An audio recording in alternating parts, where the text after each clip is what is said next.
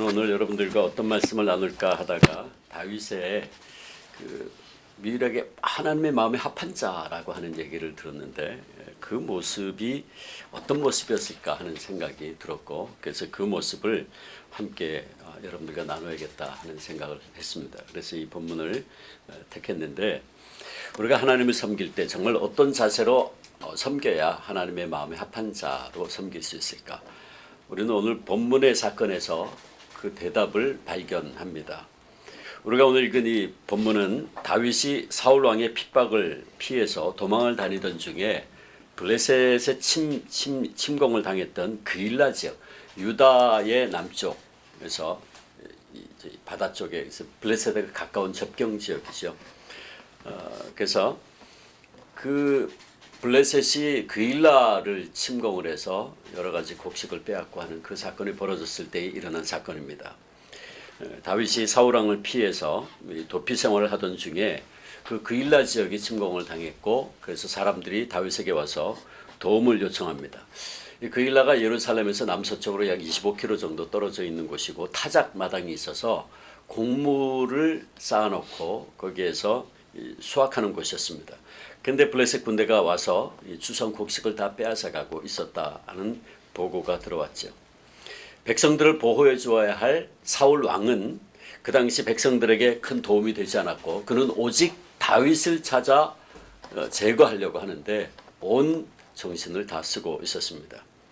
그때 사람들이 다윗에게 찾아가서 그 보고를 하고 도움을 요청한 것이었죠. 다윗은 그때 자신도 도피 생활 중에 있었음에도 불구하고 그일라에서 보낸 구조 요청에 응답을 해서 결국은 블레셋을 물리치고 빼앗긴 재산을 찾아오게 됩니다. 근데 이때 다윗이 블레셋 침공을 받은 그일라를 구원하기 전에 한 행동이 있었는데 그게 참 중요합니다. 어떻게 보면 그게 제일 결정적인 모습이라고 할 수 있는데, 오늘 본문에 두 번 나옵니다. 그 단어가 2절과 4절에 나오는데 여호와께 묻자와 여호와께 여쭈었다 라고 이야기합니다. 다윗이 여호와께 묻자와 이르되 내가 가서 이 블레셋 사람들을 치리이까, 이렇게 여쭙는 모습을 봅니다. 그래서 하나님이 대답하기를 블레셋을 치고 그일라를 구하라 라고 대답을 하셨죠.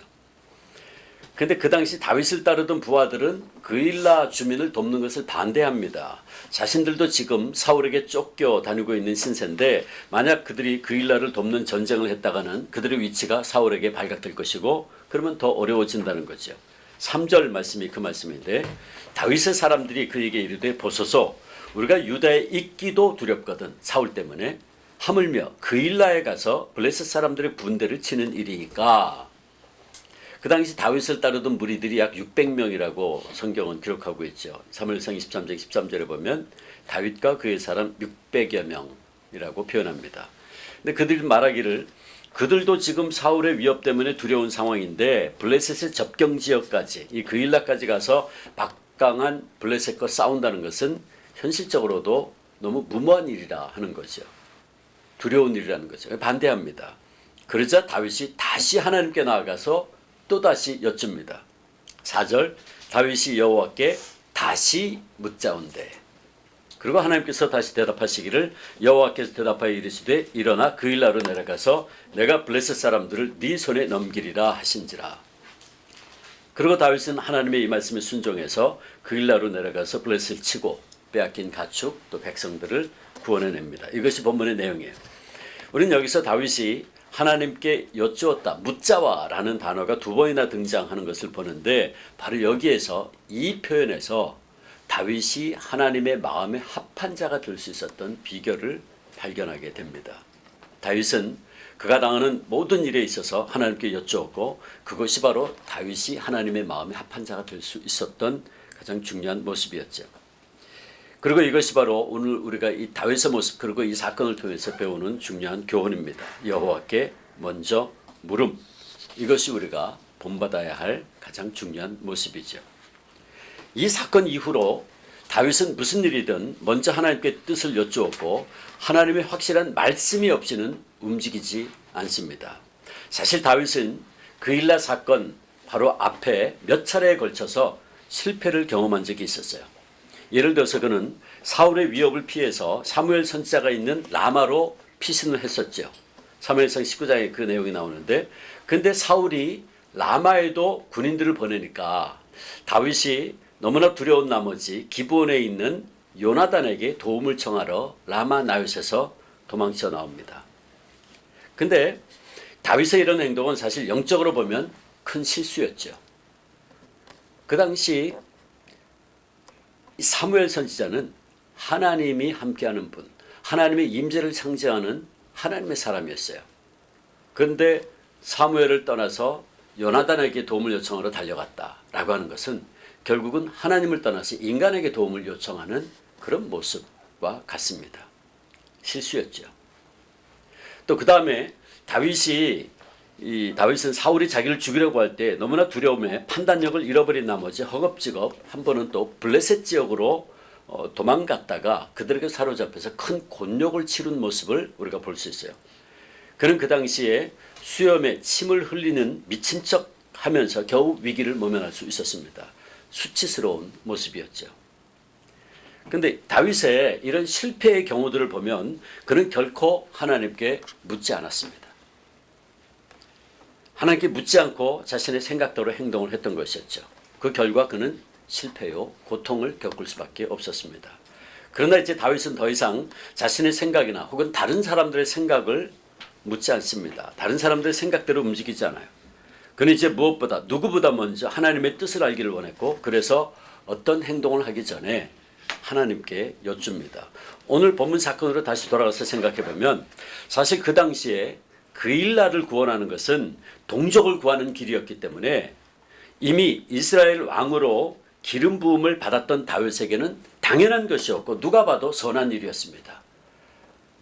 이미 물론 사람들은 잘 모르지만 이미 사무엘을 통해서 다윗은 기름 부음을 받은 때예요.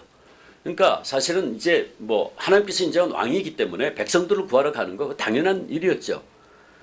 또 백성들도 자신들을 전혀 돌보지 않는 사울에게 기대하기보다는 다윗에게 더 기대했어요. 그래서 그일라가 침공당했다는 소식도 당연히 그 당시에 눈에 보이는 왕이었던 사울에게 갔어야 하는데 백성들이 사울에게 안 가고 다윗에게 갔어요. 이건 무슨 얘기냐 하면 이미 사람들의 백성들의 여론도 사울이 아니고 다윗이 우리의 지도자다라고 하는 생각을 이미 가지고 있었다는 거죠. 그 당시에서 당연히 침공을 당했으면 왕에게 도움을 요청해야지. 근데 다윗에게 갔어요. 그러니까 이런 모든 모습을 보면 다윗이 그일라를 구원하는 것은 객관적으로도 당연하고 마땅한 일처럼 보였습니다. 그런데 그럼에도 불구하고 다윗은 그일라를 구원하는 문제에 대해서 이제 스스로 먼저 결정하지 않아요. 하나님의 뜻을 먼저 구했습니다. 이것은 그가 이전에 하나님과 의논하지 않고 블레셋 땅으로 망명했던 그 모습과는 대조적이죠. 아마도 다윗은 그때 가드의 망명을 스스로 결정했다가 그곳에서 커다란 고통을 겪은 후에 하나님의 인도하심을 구하지 않고 자기 스스로 무엇을 결정하는 것이 얼마나 어리석은 것인가, 얼마나 위험한 것인가 하는 것을 뼈저리게 경험했던 것 같습니다. 그래서 다윗은 이번에는 하나님께 묻는 거예요. 이에 다윗이 여호와께 묻자와 이르되 내가 가서 이 블레셋 사람들을 치리이까. 그는 먼저 하나님의 뜻을 구하지 않으면 움직이지 않았던 겁니다. 하나님은 분명히 다윗에게 대답하죠. 가라, 가서 블레셋 사람들 치고 그일라를 구해라. 그런데 앞서 말씀드렸듯이 부하들이 강력히 반대하고 나서요. 자신들이 지금 숨어 있는 것도 지금 두려움 가운데 숨어 있는데 자신들이 있는 곳이 노출되면 큰일이죠. 또 실제로 그 당시에 가장 강한 군대를 가지고 있었던 블레셋을 불과 600여 명의 군사로 대적한다는 것은 객관적으로 봐도 무모한 일이었어요. 또 그들과 싸우고 있는데 만약 사울이 그 얘기를 듣고 뒤로 와서 치면 이게 사면초가 되는 거죠. 최악입니다. 그래서 다윗의 부하들은 이건 도저히 지금 우리가 그일라를 지금 구할 수 있는 형편이 아닙니다. 그리고 그건 인간적으로 볼 때 객관적으로 타당한 주장이었어요. 이때 다윗이 자기 부하들에게 너희들이 틀렸다라고 주장하면서 그들과 논쟁하거나 이성적으로 설득하려고 하지도 않습니다. 다만 그는 오직 하나님만 바라보면서 하나님의 뜻을 다시 한번 요청한 거예요. 사람들의 뜻보다 하나님의 뜻이 더 중요했기 때문이었죠. 그래서 다시 이렇게 여쭙 거예요. 하나님 죄송하지만 다시 한 번만 더 하나님 뜻을 제게 말씀해 주실 수 없습니까? 이미 하나님께 여쭙잖아요. 대답하셨어요. 근데 또 여쭙기가 그렇지만 어쨌든 저들이 저렇게도 반대를 하고 있고 또 인간적으로 상식적으로 보면 저들의 말에도 일리가 있지 않습니까? 근데 하나님, 제가 정말 듣고 싶은 거는 사람들의 논리적인 생각도 사람들의 이성적인 주장이 아니고 오직 하나님의 생각, 하나님의 뜻입니다. 하나님 제게 다시 한번 말씀해 주시겠습니까?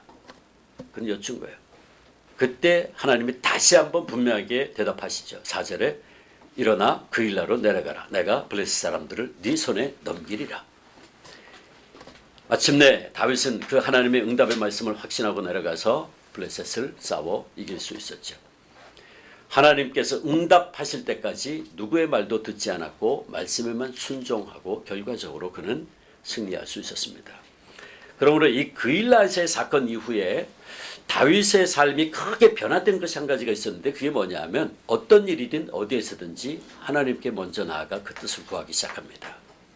하나님 말씀하지 않으면 한 발짝도 움직이지 않아요.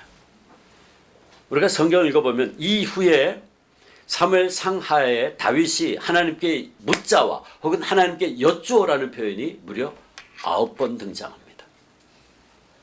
제가 시간이 없어서 그 본문들을 다 찾지는 않을 겁니다. 근데 9번이나 더 등장해요. 이게 무슨 뜻일까요? 다윗은 계속해서 중요한 순간마다 하나님 앞에 나아가 여쭌 거죠. 그는 오직 하나님께서 가라고 말씀하시면 나아갔고 하나님이 설하시면 멈췄다. 이것입니다. 이것이 바로 다윗이 하나님의 마음에 합한 자 되어 마침내 이스라엘의 성군이 될 수 있었던 중요한 모습이었죠. 사랑하는 기독공부 직원 여러분 어떻습니까? 우리는 오늘 우리의 삶의 모든 환경에서 어떤 새로운 일이 시작될 때 혹은 사역을 시작할 때 혹은 어떤 문제와 상황 속에 들어갈 때마다 어떤 문제라도 먼저 그 문제를 하나님께 달려나가 여쭙고 그 후에 행동하고 있습니까? 우리는 우리의 생각과 계획대로 먼저 진행하다가 일이 잘 되지 않으면 그때야 비로소 아이고 하나님 좀 도와주세요 라고 하고 있지는 않습니까? 하나님께서 사무엘 선지자를 통해서 우리에게 분명히 이렇게 말씀하십니다. 사무엘상 2장 30절에 나를 존중히 여기는 자를 내가 존중히 여기리라. 그렇습니다. 이게 우리가 매사에 하나님을 먼저 인정하고 하나님의 하나님 되심을 존중하고 그분에게 조언과 인도와 은혜를 구할 때 하나님 반드시 나도 너를 존중히 여기리라. 내가 널 인도할 거야. 그렇게 말씀하십니다. 이제 한 해가 며칠 안 남았습니다. 지난 한 해를 지내오시면서 어떻게 살아왔는지를 다시 한번 돌아보시고 이제 다가올 새해에는 정말 어떤 일을 하든지 어떤 계획을 세우든지 하나님 앞에 먼저 내려놓고 그 뜻을 여쭙고 그분의 말씀하심을 따라 순종하는 저와 여러분들 되시기를 바랍니다. 그래서 이 가사가 다른 거 다 생략하고 이 가사가 저와 여러분의 고백이 되길 원해요. 주님 말씀하시면 내가 나아가리다. 주님 뜻이 아니면 내가 멈춰서리다. 내가 나의 가고 서는 것 주님 뜻에 있으니 오 주님 나를 인도하소서. 뜻하신 그곳에 나의 뛰 원합니다. 이끄시는 대로 순종하며 살리니 연약한 내 영혼 통하여 일하소서. 오 주님 나를 이끄소서. 기도하겠습니다.